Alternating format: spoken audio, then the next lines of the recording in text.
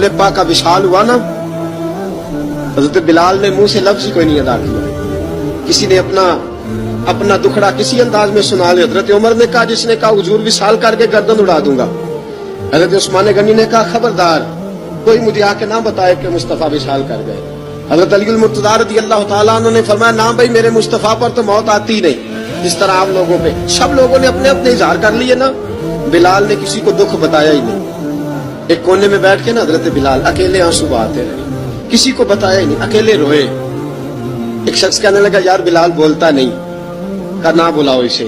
عصر کی نماز کا وقت ہوا نا، تو وہ بلال جو کعبے کی چھت پہ بغیر سیڑھیوں کے چڑھ گیا تھا، وہ بلال جو کعبے کی چھت پہ بغیر کسی سہارے کے چڑھ گیا تھا، اس بلال کو کہا کہ بلال چڑھ ذرا، آذان پڑھ، مسجد کی چھت پہ چڑھ جا. حضرت بلال کئی بار چڑھے اور کئی بار گرے، کئی بار چڑھے اور کئی بار گرے. حضرت بلال حبشی رضی اللہ تعالیٰ نے آواز دی، کہا سلمان میری مدد کرنا، میری مدد کرنا. مجھ سے چڑھا نہیں جاتا، اب مجھ سے جایا نہیں جاتا. جناب سلمان فارسی نے بھی سوال نہیں پوچھا کہ بلال تو بیمار ہے، یہ نہیں پوچھا. حضرت بلال کو 2-4 صحابہ نے اٹھایا، چھت پہ پہنچایا. بلال نے اذان شروع کی.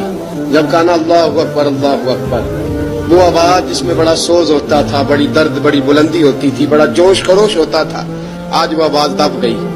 جب بلال نے کہا اشہد ان لا الہ الا اللہ، حضرت بلال رضی اللہ تعالیٰ عنہ نے تھوڑی دیر رک کے سانس لیا. جب کہا اشہد ان محمد رسول اللہ، جو سارے چپ کھڑے تھے نا، ان میں سے ایک بابا رو پڑا، جس کا نام ابو بکر صدیق تھا. جب حضرت ابو بکر صدیق کی آنکھ میں آنسو آیا تو حضرت بلال چھت کے اوپر زمین پہ گرے، زمین پہ گرے اور کہا ابو بکر یہ ڈیوٹی کسی اور کی لگا دے، یہ ڈیوٹی کسی اور کی لگا دے، اب میری روح اجازت نہیں دیتی، مصطفیٰ کریم کے بعد مجھ سے اذان نہیں پڑھی جائے گی. آپ نے واقعہ سن رکھا ہے کہ ایک بار صحابہ نے بلایا، دوبارہ آئے، حضور خواب میں ملے. کہا بلال تو آتا کیوں نہیں؟ بلال چھوڑ کے چلے گئے تھے. فرمایا اب میرا یہاں دل نہیں لگتا.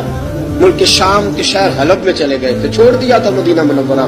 اب میری نگاہوں میں جچتا نہیں کوئی، جیسے میرے محبوب ہیں ایسا نہیں کوئی.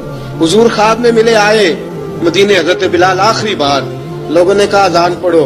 کہا مجھے وہ اذان بھول ہی گئی ہے جو مجھے مصطفیٰ کریم کے زمانے میں پڑھا کرتا تھا، مجھ سے نہیں پڑھی جاتی. نہ مجھے کہو، میں کیسے پڑھوں؟ امام حسن اور حسین نے آ کے دامن تھاما نا، تو کہا بیٹا میں تمہاری نانی کا بھی نوکر رہا ہوں، میں تمہاری ماں کی چکی بھی پیستا رہا ہوں، مجھ سے کوئی فرمائش نہ کر ڈالنا.